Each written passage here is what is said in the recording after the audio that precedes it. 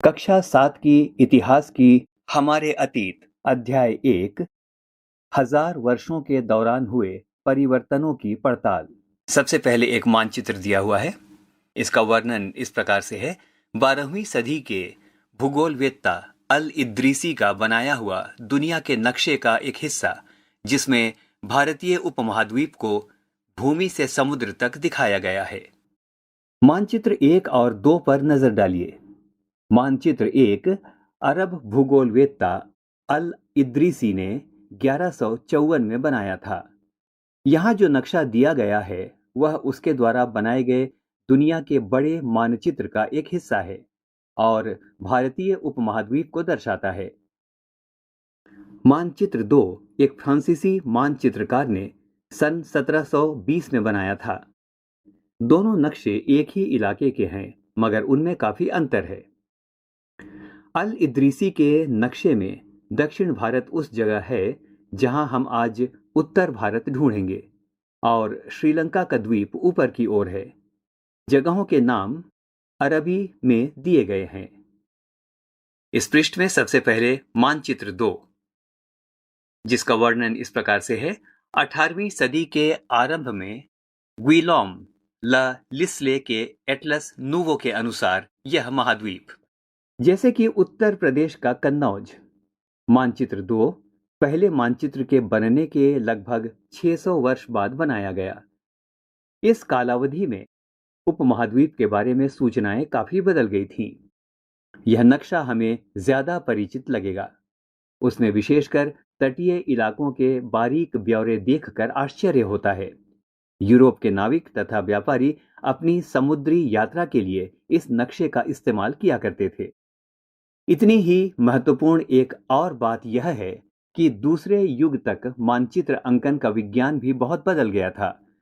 इतिहासकार जब बीते युगों के दस्तावेजों, नक्शों और लेखों का अध्ययन करते हैं तो उनके लिए उन सूचनाओं के संदर्भों का, उनकी भिन्न भिन्न ऐतिहासिक पृष्ठभूमियों का ध्यान रखना जरूरी होता है।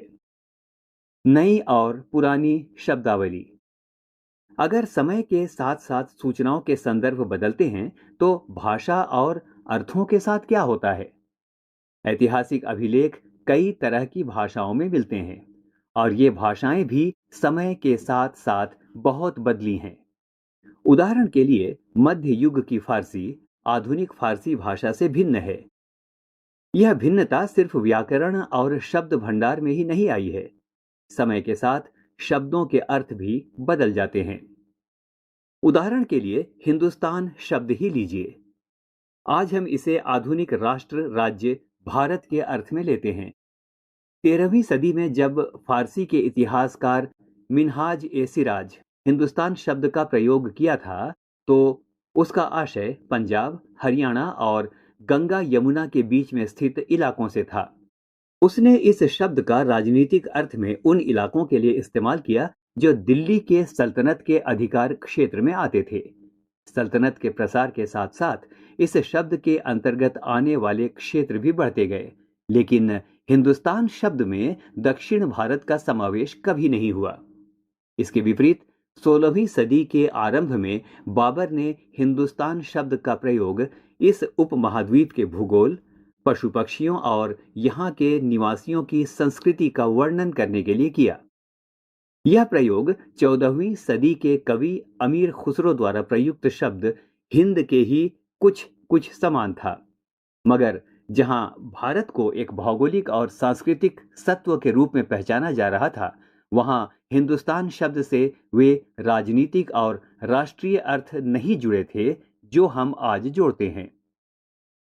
किसी भी शब्द का प्रयोग करने में इतिहासकारों को बहुत सावधान रहना चाहिए, क्योंकि अतीत में उन शब्दों के कुछ अलग ही अर्थ थे। उदाहरण के लिए विदेशी जैसा सीधा सादा शब्द ही ले लीजिए। हमारे लिए आज इसका अर्थ होता है एक व्यक्ति जो भारतीय ना हो। मध्य युग में मानो किसी गांव में आने वाला कोई भी अनजाना व्यक्ति जो उस समाज या संस्कृति का अंग ना हो, विदेशी कहलाता था। ऐसे व्यक्ति को हिंदी में परदेसी और फारसी में अजनबी कहा जा सकता है।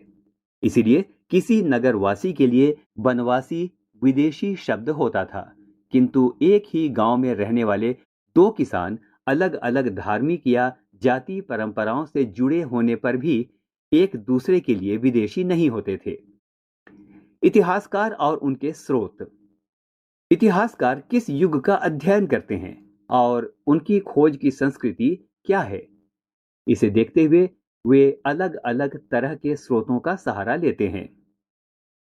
उदाहरण के लिए, पिछले साल आपने गुप्त वंश के शासकों और हर्षवर्धन के बारे में पढ़ा। इस पुस्तक में हम मोटे तौर पर 700 से 1750 ईस्वी तक लगभग 1000 वर्षों के बारे में पढ़ेंगे। इस काल के अध्ययन के लिए इतिहासकार जिन स्रोतों का प्रयोग करते हैं, उनमें आपको बहुत सी बातें ऐसी मिलेंगी जो पिछले युग से वैसी ही चली आ रही हैं। इतिहासकार इस काल के बारे में सूचना इकट्ठी करने के लिए अभी भी सिक्कों, शिलालेखों, स्थापत्य यानी भवन निर्माण कला तथा लिखित सामग्री पर निर्भर करते हैं, पर कुछ बातें पहले से काफी भिन्न भी हैं। इस युग में प्रमाणित लिखित सामग्री की संख्या और विविधता आश्चर्यजनक रूप से बढ़ गई। इसके आगे इतिहासकार सूचनाओं के पूरे प्रकार के स्रोतों का इस्तेमाल धीरे धीरे कम करने लगे। कागज का मूल्य और वर्णन इस प्रकार से है। इन दो प्रसंगों की तुलना कीजिए। एक, 13वीं सदी के मध्य में एक विद्वान को एक पुस्तक की प्रतिलिपि की जरूरत पड़ी। उसके पास उतना कागज नहीं था, इसलिए उसने एक पांडुलिपि को धो डाला जिसकी उसे जरूरत नहीं थी, और उसके कागज को सुखाकर उसका इस्तेमाल कर लिया। 2, एक सदी बाद अगर आप बाजार से कोई खाद्य पदार्थ खरीदते तो हो सकता है कि आपकी किस्मत अच्छी होती और दुकानदार वह वस्तु कागज में लपेट कर देता। तो अब यहां प्रश्न है, तो कागज कब अधिक महंगा था और कब आसानी से उपलब्ध था, 13वीं शताब्दी में या 14वीं शताब्दी में? जो पहला बॉक्स है उसका शीर्षक है अभिलेखागार। अभिलेखागार यानी ऐसा स्थान जहां दस्तावेजों और पांडुलिपियों को संग्रहित किया जाता है। आज सभी राष्ट्रीय और राज्य सरकारों के अभिलेखागार होते हैं, जहां वे अपने तमाम पुराने सरकारी अभिलेख और लेन देन के ब्यौरों का रिकॉर्ड रखते हैं। चित्र दिया गया है और उस चित्र का वर्णन इस प्रकार से है। यह एक लघु चित्र की प्रतिकृति है जिसमें एक लिपिक किसी पांडुलिपि की नकल कर रहा है। इस चित्र का आकार सिर्फ 10.5 सेंटीमीटर बाय 1 सेंटीमीटर है। इस छोटे आकार के कारण इसे लघु चित्र या मिनिएचर कहा जाता है। कभी कभी इन लघु चित्रों का प्रयोग लेख में आई पांडुलिपियों को स्पष्टता प्रदान करने के लिए किया जाता था। ये इतने सुंदर होते थे कि आगे चलकर संग्रहकर्ता अक्सर इन चित्रों को पांडुलिपियों से अलग करके बेचने लगे थे। इस समय के दौरान कागज क्रमशः सस्ता होता गया और बड़े पैमाने पर उपलब्ध भी होने लगा। लोग धर्म ग्रंथ, शासकों के वृत्तांत, संतों के लेखन तथा उपदेश, अर्जियां, अदालतों के दस्तावेज, हिसाब तथा करों के खाते आदि लिखने में इसका उपयोग करने लगे। धनी व्यक्ति, शासक, जन, मठ तथा मंदिर पांडुलिपियां एकत्रित किया करते थे। इन पांडुलिपियों को पुस्तकालयों तथा अभिलेखागारों में रखा जाता है। इन पांडुलिपियों तथा दस्तावेजों से इतिहासकारों को बहुत सारी विस्तृत जानकारी मिलती है, मगर साथ ही इनका उपयोग कठिन है। उन दिनों छापे खाने तो थे नहीं, इसलिए लिपिक या नकल नवीस हाथ से ही पांडुलिपियों की प्रतिकृति बनाते थे। अगर आपने कभी किसी मित्र के गृह कार्य की नकल उतारी है तो आप जानते होंगे कि यह काम आसान नहीं है। कभी कभी आपको अपने मित्र की लिखावट समझ में नहीं आती होगी और आपको मजबूर होकर अंदाज ही लगाना पड़ता होगा कि क्या लिखा गया है। फलस्वरूप आपके लिखे में मित्र के लिखे हुए से कुछ छोटे मोटे लेकिन महत्वपूर्ण अंतर आ जाते होंगे। पांडुलिपि की प्रतिलिपि बनाने में भी कुछ कुछ यही होता है। प्रतिलिपियां बनाते हुए लिपिक छोटे मोटे फेरबदल करके चलते थे। कहीं कोई शब्द, कहीं कोई वाक्य सदी दर सदी प्रतिलिपियों की भी प्रतिलिपियां बनती रहीं और अंततः एक ही मूल ग्रंथ की भिन्न भिन्न प्रतिलिपियां एक दूसरे से बहुत ही अलग हो गईं। इससे बड़ी गंभीर समस्या उत्पन्न हो गई, क्योंकि आज हमें लेखक की मूल पांडुलिपि शायद ही कहीं मिलती है। हमें बाद के लिपिकों द्वारा बनाई गई प्रतिलिपियों पर ही पूरी तरह निर्भर रहना पड़ता है। इसलिए इस बात का अंदाज लगाने के लिए कि मूलतः लेखक ने क्या लिखा था, इतिहासकारों को एक ही ग्रंथ की विभिन्न प्रतिलिपियों का अध्ययन करना पड़ता है। कई बार लेखक स्वयं ही समय समय पर अपने मूल वृत्तांत में संशोधन करते रहते थे। 14वीं शताब्दी के इतिहासकार जियाउद्दीन बर्नी ने अपना वृत्तांत पहली बार 1356 में और दूसरी बार इसके 2 वर्ष बाद लिखा था। दोनों में अंतर है, लेकिन 1971 तक इतिहासकारों को पहली बार वाले वृत्तांत की जानकारी ही नहीं थी। यह पुस्तकालयों के विशाल संग्रहों में कहीं दबा पड़ा था। लिखावट की भिन्न प्रकार की शैलियों के कारण फारसी और अरबी पढ़ने में कठिनाई हो सकती है। नस्तलिक लिपि यानी बाईं ओर में वर्ण जोड़कर धारा प्रवाह रूप से लिखे जाते हैं। फारसी अरबी के जानकारों के लिए इस लिपि को पढ़ना आसान होता है। शिक्स्त लिपि यानी दाईं ओर अधिक सघन, संक्षिप्त और कठिन है। चित्र 3 दिया गया है, जिसमें एक रहट का चित्र है जिससे पानी निकालने का काम लिया जाता था। नए सामाजिक और राजनीतिक समूह।